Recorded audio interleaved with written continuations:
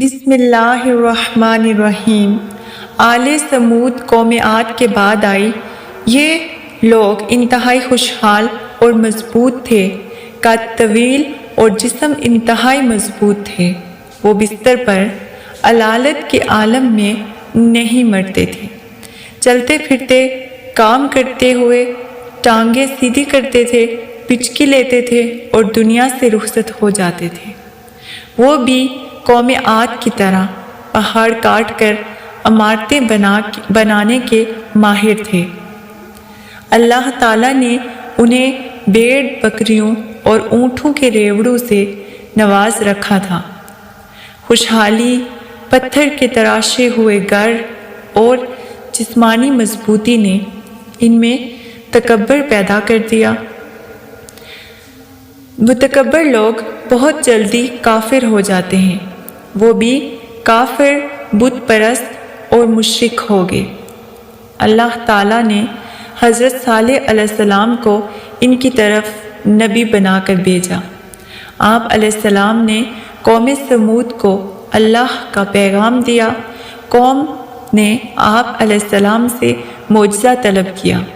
آپ علیہ السلام نے قوم سے پوچھا، تمہیں کیا معجزہ چاہیے؟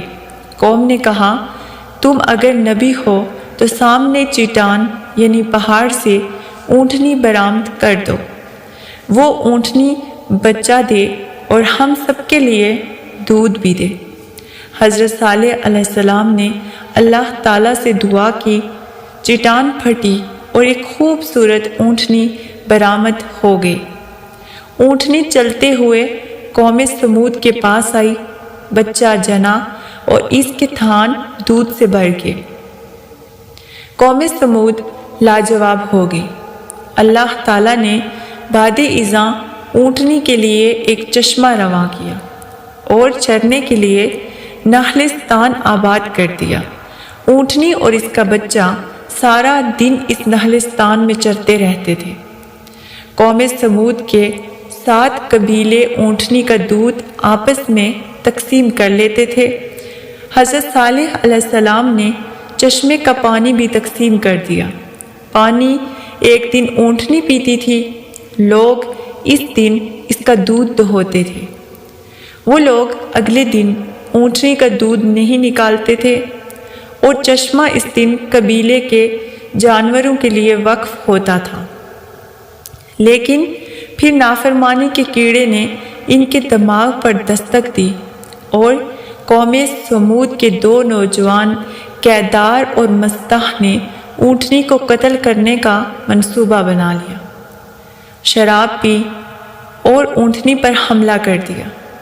کیدار نے تیر چلایا جبکہ مستح نے تلوار سے اس کی ٹانگیں کاٹ دی۔ اونٹنی کے بچے نے دیکھا تو اس نے چیخ ماری اور اس چٹان کے اندر چلا گیا جس سے اونٹنی نے جنم لیا تھا۔ اونٹنی کا قتل قوم سمود کے خاتمے کا باعث بن گیا۔ اللہ تعالیٰ نے ان پر 3 دن کا عذاب اتارا۔ پہلے دن ان کے چہرے سرخ ہوئے، دوسرے دن ان کے چہرے زرد ہو گئے اور تیسرے دن ان کے چہرے سیاہ ہو گئے۔